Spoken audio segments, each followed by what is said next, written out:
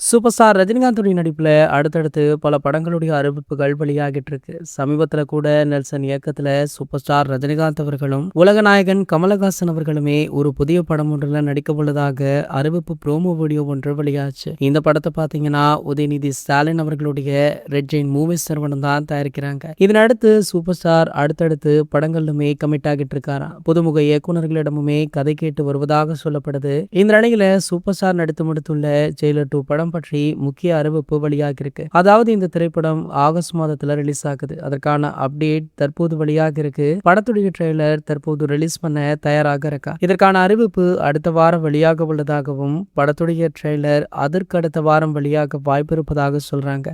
Trailer முழுக்கவே அதிரடி action காட்சிகள் நிரம்பி வழியும் அப்படின்னு சொல்லப்படுது. சூப்பர் ஸ்டாருடைய கெரியர்லேயே அதிக வசூல் செய்த திரைப்படமாக ஜெயிலர் படம் இருந்தது.